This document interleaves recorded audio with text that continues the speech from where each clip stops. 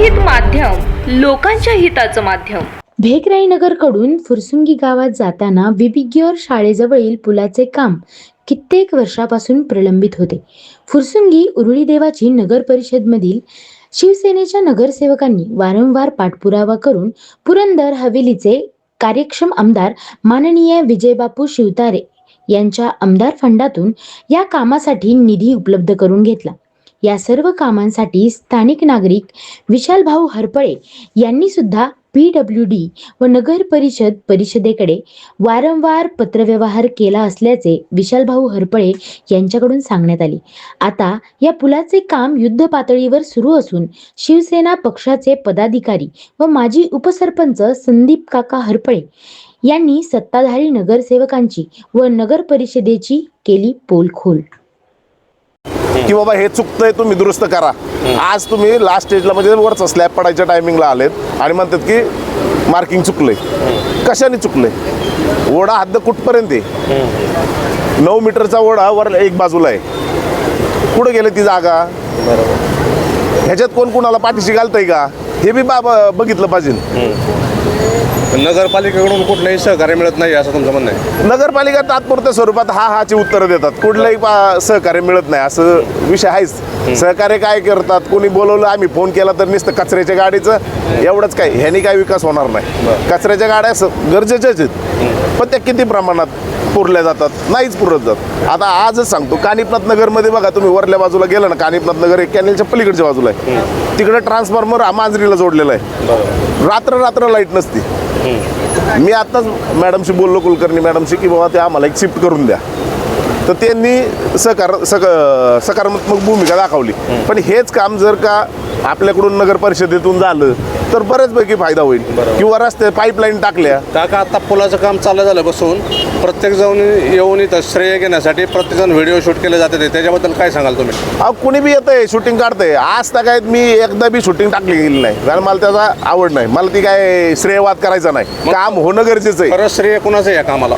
खरं श्रेय शिवतारे बापूंचं आहे, आमदारांचं श्रेय? हो, विजय बापू शिवतारे आमदारांचं श्रेय आहे, आणि विजय बापू शिवतारेंनी फंड दिला म्हणून हे काम होतंय। नगरपालिकेचं काही कर्तव्य नाही आहे का भागासाठी?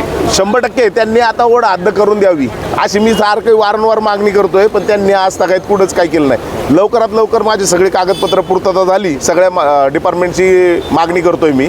त्या डिपार्टमेंटची मागणी पूर्ण झाल्यानंतर मी CO साहेबांना आणि पोलीस चौकीला एक पत्र देणार आहे आंदोलनाचं, आणि त्यानंतर मी नगर परिषदेसमोर आंदोलनाला बसणार आहे। कारण जे काय TP सँक्शन आहे म्हणतात, आम्हाला पेपर द्यावेत ना त्यांनी, आणि त्याच्यानंतर त्यांनी सांगावं की कप्रतमध्ये घोटाळा नाही। आता लय लांब नाही, कुमार बिल्डरचं जर क्षेत्र बघितलं तर तो एक 42 एकराचा प्लॉट होता, ॲमिटी स्पेस हा 7 एकर होता।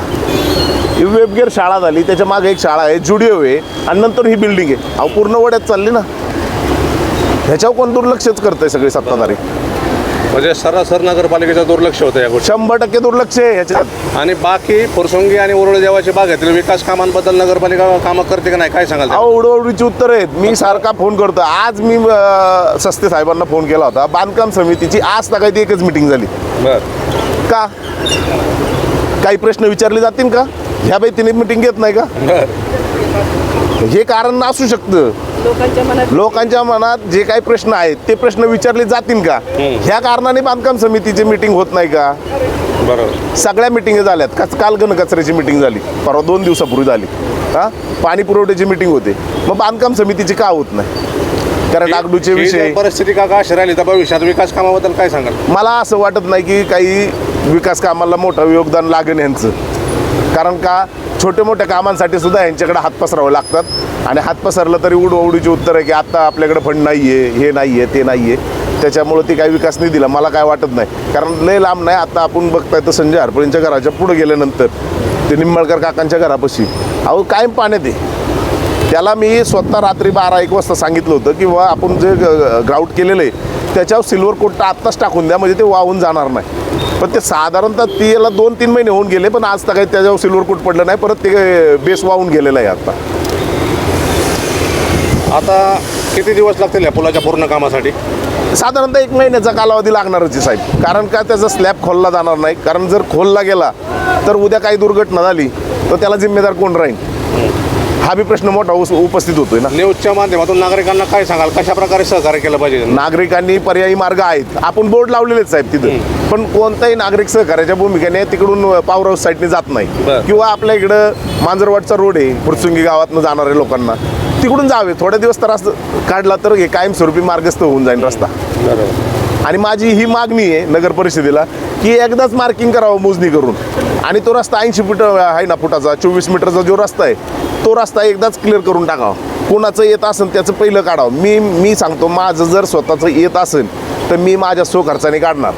आणि मी आत्ता पहिलं ग्रामपंचायतमध्ये असता की नाही, मी माझं 40 फूट मागं बिल्डिंग घेतलेली आहे, डेअरी माझी पुढं असता की नाही मी मागं घेतली, तरी आज सुद्धा तगाय जर माझं रस्त्यात येत असेल तर मी बाहेर मागं घ्यायला तयार आहे. पण सगळ्यात पहिल्यांदा सगळ्यांनी मोजणी करून, कारण इथल्या नागरिकांनी, बऱ्याचशा नागरिकांनी अर्ज दिला आहे की रीतसर मोजणी करा आणि त्याप्रमाणे रस्ता करा.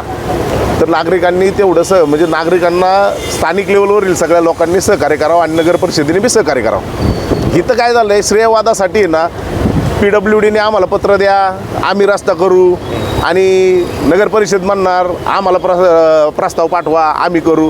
हे श्रेयवाद सोडा. विकास कामं करायला जर गरजेचं असेल आणि आपल्याला जर परत तिथं काही वाटलं की नागरिकांची सोयीता व्हावी तर हे काम कुणाकडून बी होऊ द्या, नगर परिषदेने करू द्या, नाही तर उद्या PWDने करू द्या, पण ते काम करून घेणं गरजेचं आहे. ह्या श्रेयवादातनं बाहेर यावं लोकांनी आता. आणि श्रेयवादासाठी लोक काय तुमच्या ओंजळीने पाणी प्यायला मोकळे नाही आहेत, लोकांना कळतंय आता सगळं. धन्यवाद. महाराष्ट्रातील नवीन बातम्यांचे अपडेट पाहण्यासाठी लोकहित माध्यम या न्यूज चॅनलला यूट्यूबवर सबस्क्राईब करा आणि बेल आयकॉन प्रेस करा.